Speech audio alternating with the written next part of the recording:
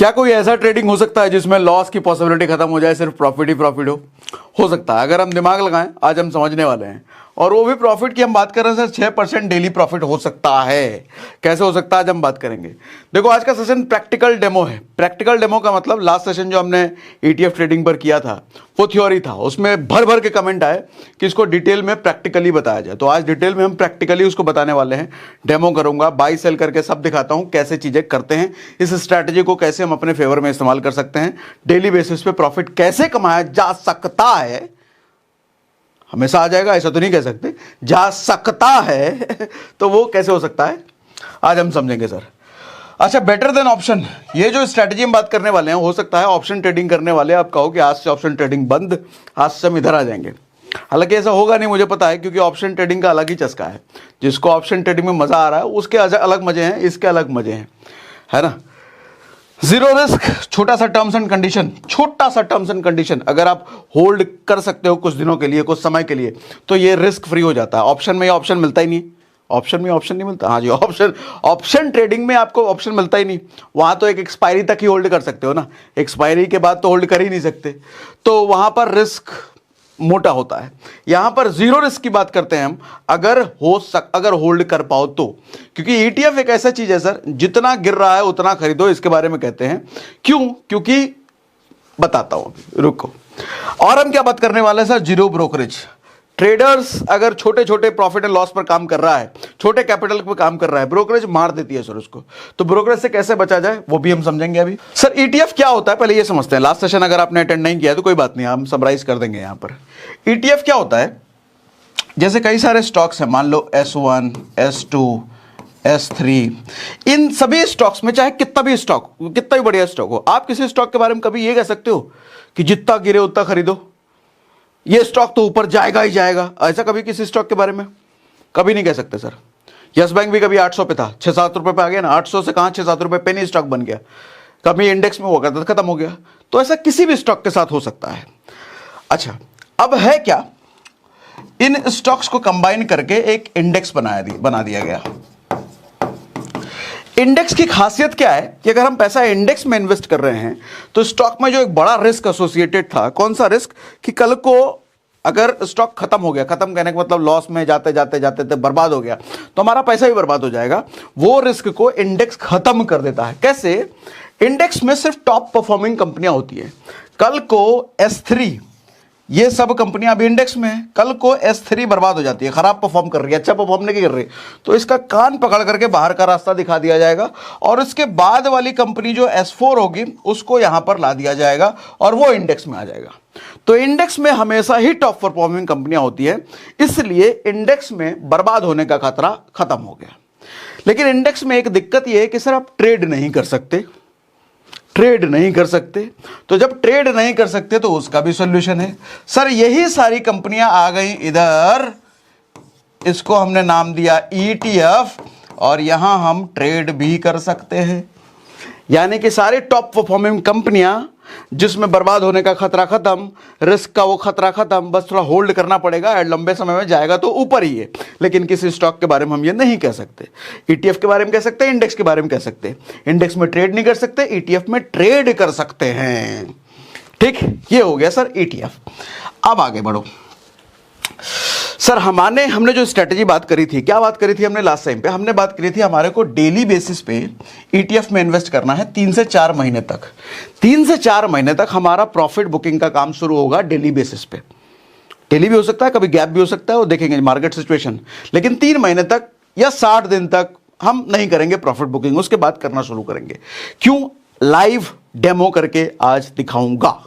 कैसे करेंगे सब दिखाऊंगा, और वो भी सिर्फ 10 मिनट लगेंगे आपको। डेली बेसिस पे सिर्फ 10 मिनट समय देना है, उससे ज्यादा नहीं। कई बार तो 5 मिनट में हो जाएगा। ठीक, अच्छा, 3 से 4 महीने तक हमारे को ETF में इन्वेस्ट करना है। क्या क्या कंडीशन हमने रखे थे?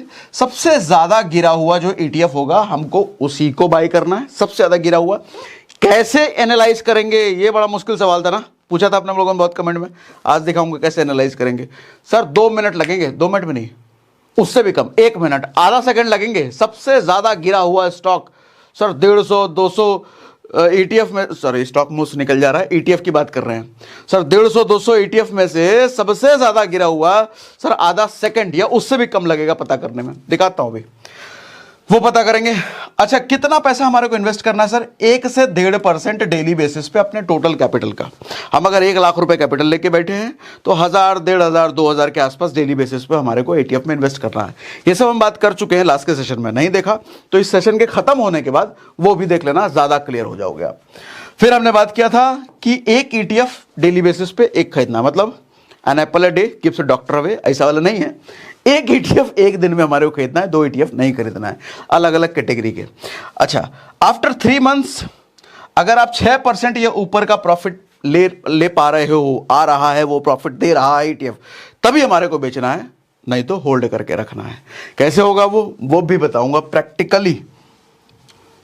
अब थोड़ा सा ये समझ लो सर, उसके बाद प्रैक्टिकल वाली शीट पर आएंगे। यहां पर मैंने क्या समझाया आपको कि आपका टोटल कैपिटल कितना है, डेली इन्वेस्टमेंट कितना करना है, रिटर्न कितना, ड्यूरेशन कितना, ब्रोकरेज कितना। समझिएगा जरा ध्यान से। हमने बोला टोटल कैपिटल अगर आपके पास 1 लाख रुपए है तो 1 लाख रुपए एक दिन में इन्वेस्ट नहीं करना, रखे रहो। सर 1 लाख रुपए का 1% या 1.5% डेली, तो हमने बोला 1000 रुपए हो गया 1%। सर उस 1000 रुपए पे हमारे को 6% अगर इंटरेस्ट मिलता है तो 60 रुपए मिलता है, और वो भी 60 से 90 दिन बाद। आप कहोगे 1000 रुपए, सिर्फ 60 रुपए इंटरेस्ट, वो भी 60 से 90 दिन हम होल्ड करेंगे, 3 महीने बाद 60 रुपए हम कमाएंगे 1000 रुपए लगा करके।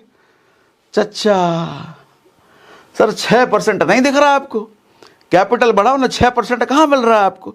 और वो भी हम बात कर रहे हैं 3 महीने बाद। 3 महीने बाद तो सिलसिला डेली का चालू हो जाएगा, डेली अल्टरनेट डे, वो कैसे चालू होगा भी दिखाता हूं। अभी बस 3 महीने का सबर है, उसके बाद तो डेली का सिलसिला शुरू हो जाएगा। ठीक है जी। अच्छा, ब्रोकरेज इसमें जाएगा आपका 20 रुपए के आसपास, एक लेन देन में नॉर्मली 20-22 रुपए के आसपास चला जाता है। आप कहोगे 60 रुपए कमा रहे हैं सर, 20 रुपए ब्रोकरेज ही ले जाएगा? हाँ ले जाएगा सर, बचाने का तरीका बताता हूँ ना, बताता हूँ अभी। ठीक है, अगर आपका कैपिटल 10 लाख है तो आप डेली बेसिस पे 10,000 इन्वेस्ट कर सकते हो, और 600 रुपए उस केस में आपका प्रॉफिट बनेगा। 6% के आसपास। सर 6% लिख दिया है, ज्यादा भी हो सकता है, 7 भी हो सकता है, 8 भी हो सकता है, 10 भी हो सकता है, वो आप डिसाइड करना। देखना ड्यूरेशन 60 से 90 दिन। अगेन वही हमने एक मोटा मोटी यहाँ पे आंकड़ा ले लिया कि भैया कितना पैसा आपके पास है तो कितना इन्वेस्ट करना है, 3 महीने बाद कितना बनना शुरू हो जाता है। इसका पर्पस ये है सर, अलग अलग ETF में इन्वेस्ट कर करके 3 महीने तक जब हम अलग अलग ETF में डेली बेसिस पे इन्वेस्ट करते हैं तो 3 महीने बाद हमारा एक ETF का बास्केट बन जाता है, एक पोर्टफोलियो बन जाता है, एक शोरूम टाइप बन जाता है। उस शोरूम से डेली बेसिस पे हमारा बेचना खरीदना, बेचना खरीदना, उसके बाद रोल चलता रहता है, बिका खरीदा, बिका खरीदा, बिका खरीदा, फिर प्रॉफिट बुकिंग डेली बेसिस पे हम कर सकते हैं। ठीक है, इतना समझ में आ रहा है? यस। अब आ जाते हैं हम शीट पर। सर ये है एक्सेल शीट। अच्छा, लास्ट सेशन में बहुत सारे कमेंट आए, क्या स्ट्रेटजी बताई, खतरनाक, मजा आ गया। तो आप लोगों को बता दें, लास्ट सेशन में बताया था, मैं भूल गया शायद। सर ये स्ट्रेटजी हमारी नहीं है, महेश कौशिक नाम से एक यूट्यूबर ही हैं, उनकी ये स्ट्रेटजी है। दरअसल उनका ये वीडियो हमारे को आप में से किसी ने 2-2.5 महीने पहले शेयर किया था और हमसे कहा था कि मैं अपनी भाषा में उस चीज़ को आपको समझाऊं। तो मैंने टेस्ट किया उस स्ट्रेटजी को और मुझे अच्छा लगा, तो मैंने सोचा आप तक भी ये बात आनी चाहिए। तो उन्हीं की स्ट्रेटजी है ये, उन्हीं के वीडियो से इंस्पायर होकर के मैंने लास्ट सेशन भी किया था। और ये जो शीट में आपको दिखा रहा हूं, ये शीट उन्हीं का बनाया हुआ है, ये हमारा नहीं है। इस शीट में अच्छी बात ये है कि फॉर्मूलाज लगे हुए हैं, इसमें हमारे को मेहनत करने की जरूरत नहीं पड़ी, आपको भी नहीं पड़ेगी। इस शीट को आपको एडिट नहीं करना, ये शीट अपने आप काम करेगा आपके लिए। कैसे? ठीक है, तो हम सभी लोग मिल करके भैया महेश भैया को थैंक यू कर देते हैं, इतना काम हमारा आसान कर दिया उन्होंने। ठीक है, आओ आगे बढ़ते हैं। अब किसी से कुछ लिया है तो थैंक यू तो करना बनता है ना, ग्रेटफुल कहता हूं, ग्रैटिट्यूड तो होना चाहिए ना। इस एक्सेल में क्या है सर? एक्सेल बड़ा सिंपल है, घबराना नहीं, नंबर्स देख के डरना नहीं। अरे इतना सारा नंबर क्या क्या लिखा हुआ है, बहुत आसान है, बहुत आसान, समझो, थोड़ा सब्र रखो। इस कॉलम में जो है सर, सारे ETF के कोड लिखे हुए हैं। ठीक है, ITBs, निफ्टी बीज, फार्मा बीज, ऐसा करके सबके। अच्छा, वो जो ETF कोड लिखे हुए हैं वो किस एसेट में आता है, किस ETF में आता है? अंडरलाइंग एसेट करके यहां पे सारे ETF का डिटेल नाम लिखा हुआ है, अंडरलाइन एसेट का नाम लिखा हुआ है। ये 2 फिक्स्ड हैं, बाकी ये सब डेटा अपने आप आता है डेली बेसिस पे, एवरी मोमेंट। आप जब इस शीट को डाउनलोड करोगे, हमने डिस्क्रिप्शन में लिंक दे रखा है इस शीट का, वहाँ से आप डाउनलोड कर लेना। डाउनलोड करोगे तो जब खोलोगे तो व्यू ओनली में खुलेगा। अच्छा, अगर आप मोबाइल में खोलोगे तो गूगल शीट सॉफ्टवेयर ज़रूर डाउनलोड कर लेना, गूगल शीट उसी में खुलेगा। उसके बाद आपको यहाँ फाइल में जा करके मेक एन कॉपी और यहाँ पर नाम डाल देना। इससे क्या होगा, ये आपके ड्राइव में सेव हो जाएगा, फिर आप इसको एडिट वेडिट कर पाओगे। अभी आप इसको कुछ भी एडिट नहीं कर पाओगे, जब आप खोलोगे सिर्फ व्यू ओनली मोड में खुलेगा ये। ठीक है, इतनी बात क्लियर। अब ये जो 4 कॉलम है, समझो सर इस शीट का पर्पस क्या है, पहले ये समझो। सर इस शीट का पर्पस ये है, सबसे बड़ी दुविधा जो थी हमारे स्ट्रैटेजी में कि हमको सबसे लोवेस्ट ईटीएफ फाइंड आउट करना है। सबसे ज्यादा गिरा हुआ आदमी, जो सबसे ज्यादा गिरा हुआ तो उससे कोई मिलना नहीं चाहता।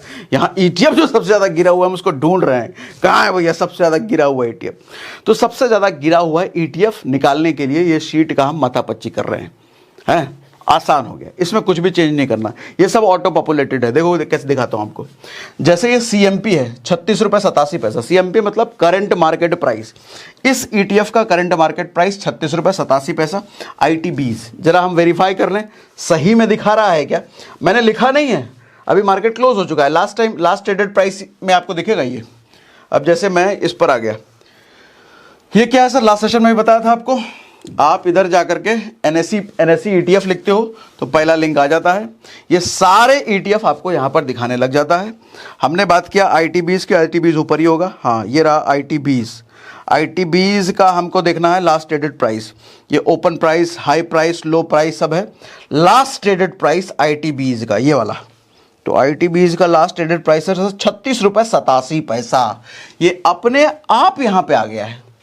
कल अगर आप इसको डाउनलोड करते हो और 40 रुपए प्राइस हो जाता है मान लेते हैं, तो 40 रुपए अपने आप आ जाएगा। आपको क्या अपने आप कैसे हो जाएगा सर, फॉर्मूला लगा हुआ है सर एक्सेल का। महेश भाई ने मस्त फॉर्मूला लगा के रखा है इधर। ये देखो, क्लिक करो इधर, गूगल फाइनेंस फॉर्मूला। इस गूगल फाइनेंस को आप सर्च करोगे ना गूगल में, तो ये बताएगा आपको, ये फॉर्मूला है जो कि उस पर्टिकुलर स्टॉक का प्राइस निकाल के आपको देता है। देखो यहाँ पे लिखा हुआ है A3 और प्राइस। A3 का मतलब A3, इस वाले ETF का प्राइस निकाल के दो। इसने निकाल के दे दिया। आप इस पर क्लिक करो, Google finance. A4 price, A4 अरे कहाँ चला गया, A कॉलम और रो 4, इस वाले का प्राइस निकाल के दो। प्राइस निकाल के इसमें डाल दिया इसने। ठीक है, तो ये CMP है, लास्ट ट्रेडेड प्राइस यहां पर अपने आप आ जाएगा। 20 DMA, 20 DMA क्या है sir, DMA daily moving average. इसमें सबसे लास्ट वाला वर्ड पहले पकड़ो। एवरेज का मतलब क्या होता है, स्कूल में हम सब ने पढ़ा होगा, एवरेज निकालते हैं। एक क्लास में 5 बच्चे हैं, एक की हाइट 3 फीट है, दूसरे की 4 फीट है, चौथे की 5 फीट है, छठे की 7 फीट है। तो टोटल एवरेज बताओ भैया, एवरेज हाइट क्या है उस क्लास की। एवरेज कैसे निकालते हैं, 5 बच्चे हैं मान लो, एक की 3 फीट है, एक की 4 फीट है, एक की 5 फीट है, कि टोटल सम कर दो, 3 + 4 + 5 + 6 प्लस टोटल हाइट जो है, डिवाइडेड बाय कितने बच्चे हैं, 5 बच्चे, तो डिवाइडेड बाय 5। तो जो नंबर निकल के आएगा वो एवरेज हो गया। अगर हम माने एवरेज 6 निकल के आ रहा है, तो एवरेज 6 फीट हो गई उस क्लास के बच्चे की हाइट, एवरेज। उसी तरीके से 20 DMA मतलब 20 दिन का, एम का मतलब मूविंग, प्राइस जो मूव हो रहा है, घट बढ़ रहा है। डी का मतलब डेली, डेली मूविंग एवरेज। उस एसटीएफ का डेली मूविंग एवरेज प्राइस क्या है, 20 दिन का, वो यहां पर निकाला हुआ है। ये अपने आप निकला। कैसे निकला, इसमें भी फंक्शन लगा हुआ है। इस पर क्लिक करो, देखो फंक्शन लिख के आ जाएगा। ये फंक्शन आपको समझने की कोई जरूरत नहीं है, ये महेश भाई ने अपना दिमाग लगा करके मस्त फंक्शन लिख दिया है। हमारे को तो बस यूज करना है। आप सभी लोग महेश भाई को थैंक यू जरूर कहना, हम भी थैंक यू करेंगे, इतना बढ़िया चीज निकाल के दिया है। ठीक है, यहां पे एक फॉर्मूले में लिखा हुआ है 60 दिन। इन्होंने क्या करा है, टोटल 60 दिन का लास्ट 20 दिन का एवरेज प्राइस निकाल के दो। 60 क्यों लिख दिया है, कभी छुट्टी हुआ, बंद हुआ, कुछ हुआ, तो 60 इन्होंने ले लिया। 50 भी ले सकते थे, 40 भी ले सकते थे, 60 ले लिया, कोई दिक्कत नहीं है। लेकिन लास्ट 20 दिन का निकाला है, इंपॉर्टेंट तो लास्ट 20 दिन का है ना। लास्ट 20 दिन के प्राइस में से हमारे को एवरेज चाहिए, तो एवरेज यहां पर अपने आप आ गया। अच्छा, CMP -20 DMA, ये प्राइस माइनस ये प्राइस, तो यहां पर ये प्राइस आ गया। अच्छा परसेंटेज कितना चेंज हुआ है, इतना माइनस इतना, इतना हुआ है, तो उसको परसेंटेज कितना वो तो पता है, वो मुझे बताने की जरूरत नहीं है ना, परसेंटेज कैलकुलेट कैसे कैलकुलेट करते हैं, तो वो यहां पर लिख दिया है भैया। अब इधर आ जाओ, यहां पर अपने महेश भैया ने बड़ा अच्छा काम किया है, फॉर्मूला लगा दिया है। देखो सर फॉर्मूला क्या लगा हुआ है, मिनिमम ये वाला, कहने का मतलब इस पूरे, कहां गया, इस पूरे रो कॉलम में से जो सबसे छोटा है उसको रैंक 1 पे डालो, उसके बाद जो छोटा है उसको रैंक 2 पे डालो, उसके बाद जो छोटा है उसको रैंक 3 पे मान लो। इससे होता क्या है, 3 सबसे लोएस्ट ETF हमारे को मिल गए जिनका प्राइस आज सबसे कम है 20 डेज के मूविंग एवरेज में। ठीक, तो हमारे को ये मिल गया, वेरीफाई कर लेते हैं हम, सही है ना। जैसे कोटक स्लाइव है, कंट्रोल F, कोटक सिल्वे, ये नाम है ना, हाँ कोटक सिल्वे, सर्च करो कहाँ है, यहां पर है कोटक सिल्वे, कोटक सिल्वर ETF है 2.33, बिल्कुल सही है। गूगल पे भी जरा वेरीफाई कर लें क्या, ये सही बता रहा है गलत बता रहा है। कोटक सिल्वे लिख देते हैं हम, कोटक सिल्वे शेयर प्राइस, कोटक सिल्वे शेयर में ये अभी 71 रुपये 30 पैसे का है। क्या 71 रुपये 30 पैसे यहाँ पे आ रहा है क्या, 71 रुपये 30 पैसे, 3 जीरो हटा दिया तो सही है, ऐसे ही होता ना, बिल्कुल सही है, प्राइस सही दिखा रहा है। एवरेज वाला निकाल के देखें जरा, हम एक महीना चूज कर लेते हैं, इस पर क्लिक कर लेते हैं तो एक महीने का हमारे को दिखाएगा। तो एक महीने में -2.33, हालांकि एक महीने का है, ये आगे पीछे भी हो सकता था क्योंकि 8 दिन मार्केट नॉर्मली बंद रहता है, लेकिन फॉर्चुनेटली हमारे को एग्जैक्ट वही मिल रहा है, लेकिन एवरेज एग्जैक्ट मिलना नहीं चाहिए था, मिल गया तो मिल गया। तो 2.33 हमारे को इधर सही दिख रहा था, तो अपना डेटा हमने वेरीफाई कर लिया, बिल्कुल सही है ये। आओ अब इधर, हाँ एज इट इज ये शीट है उनका बनाया हुआ, मैंने कुछ मॉडिफाई नहीं किया है, हल्का फुल्का बस इंस्ट्रक्शन लिख दिया और कुछ नहीं है। 3 हमारे को मिले तो हैं, लेकिन तीनों में इन्वेस्ट नहीं करना, डेली बेसिस पे सिर्फ एक ETF में इन्वेस्ट करना है जो सबसे ज्यादा गिरा हुआ है। ठीक है, 3 महीने तक हमारे को ऐसे ही पोर्टफोलियो तैयार करना है। मैंने कुछ इंस्ट्रक्शंस यहां पे लिख रखे हैं, इंस्ट्रक्शंस क्या है, buy only 1 ETF in single day, एक दिन में सिर्फ एक ही ETF खरीदना है जो सबसे ज्यादा गिरा हुआ है। Buy only if down percent और मोर देन 2%, 2% से ज्यादा जो ETF गिरा हुआ है वही हमारे को सिर्फ खरीदना है। बाय इन डिफरेंट कैटेगरी, इसको क्या हुआ, अलग अलग कैटेगरी का हमारा खरीदना है, सो दैट कि हमारा डाइवर्सिफाइड पोर्टफोलियो तैयार हो। आज गोल्ड ETF है, कल ITP ETF, परसों फार्मा ETF, तरसों सिल्वर ETF, अलग अलग ETF। आज अगर गोल्ड ETF खरीदा है तो कल भी हम गोल्ड ETF नहीं खरीदेंगे, भले ही बहुत ज़्यादा गिरा हुआ हो, हम रुक जाएंगे। अगर सेम कैटेगरी यहाँ पे आ रही है, आज गोल्ड ETF सबसे ज़्यादा गिरा है, कल भी गोल्ड ETF सबसे ज़्यादा गिरा था, तो कल हम नहीं खरीदेंगे। क्या होगा, 3 महीने के बजाय हमारा 4 महीने लग जाएगा। सर हमारा पर्पस ये है कि डाइवर्सिफाइड अलग अलग कैटेगरी में हमारा होना चाहिए। क्यों अलग अलग कैटेगरी में होना चाहिए, एक कैटेगरी कभी अगर डाउन है तो दूसरी कैटेगरी अप रहेगी। फार्मा अगर गिरा हुआ है, हो सकता है IT अप हो, बैंकिंग अगर गिरा हुआ है तो हो सकता है कोई दूसरा कैटेगरी अप हो। तो इसलिए डाइवर्सिफाइड कैटेगरी बनाने का ये फायदा है, कोई ना कोई तो अप हमारे को मिल जाएगा। ठीक है जी, इतनी बात समझ में आ रही है। अच्छा, buy in different category, buy ETF after 3 PM, 3 बजे के बाद ही हमारे को खरीदना है। क्यों, ये जवाब नहीं दूंगा, लास्ट सेशन देखना, उसमें समझा दिया है। सेल ओनली 1 ETF, अच्छा जहां सेलिंग की बात होगी 3 महीने बाद एक ही ETF बेचेंगे एक दिन में। ऐसा नहीं कि 3 ETF में, अरे वो इसमें 6 इसमें बेच जाएगी, नहीं ऐसा नहीं करना, गड़बड़ हो जाएगा मामला सब। Selling target should be above 6% या बराबर 6% के। जिस भी ETF पे हमारे को 6% से ज़्यादा या उसके बराबर मिल रहा है तो वो टारगेट पे हम बेचेंगे। कोई ऐसा हार्ड एंड फास्ट रूल नहीं है, आप 5% पे बेच सकते हो, लेकिन ये है कि 6% एक अच्छा टारगेट है। 60 दिन बाद 90 दिन बाद मिलने जिस पे मिल रहा है वही हम बेचे तो अच्छा है। सेलिंग टारगेट सर टाइम जो होगा वो 2 बजे के पहले हम बेचेंगे, उसका भी आंसर लास्ट के सेशन में है। ठीक, अच्छा, अब ब्रोकरेज बचाने की बात जहां थी तो उसके लिए मैंने शून्य का लिंक यहां भी डाल रखा है और डिस्क्रिप्शन में डाल रखा है। क्या है शून्य? एक ब्रोकर है सर। अच्छा, ये पेड प्रमोशन बिल्कुल भी नहीं है। ये सारी चीजें ना हम महेश भाई का पेड प्रमोशन कर रहे हैं, ये सारी चीजें मुझे लगा आपको बताना चाहिए इसलिए बता रहा हूं। कैसे ब्रोकरेज बचता है शून्य पर सर, जरा ये भी दिखा देता हूं। ये शून्य हमने खोल रखा है, आप इसका ऐप डाउनलोड कर लीजिएगा, लिंक हमने दे रखा है, लिंक वहां भी है, डिस्क्रिप्शन में भी है। इस ब्रोकरेज कैलकुलेटर में हमने 1000 लिया है, इंट्राडे हम कर रहे हैं, 1000 रुपये लगाया और 1060 पर हम बेच दे रहे हैं। कितना क्वांटिटी है सर? एक क्वांटिटी हमने ले लिया है। तो हम जब कैलकुलेट करके देख रहे हैं तो ये देखो sir, brokerage will be 0। Total मैं कितना पे कर रहा हूं? 0.35 पैसे। वो सरकारी टैक्स फैक्स लगा करके, ये तो सब में लगेगा आपको।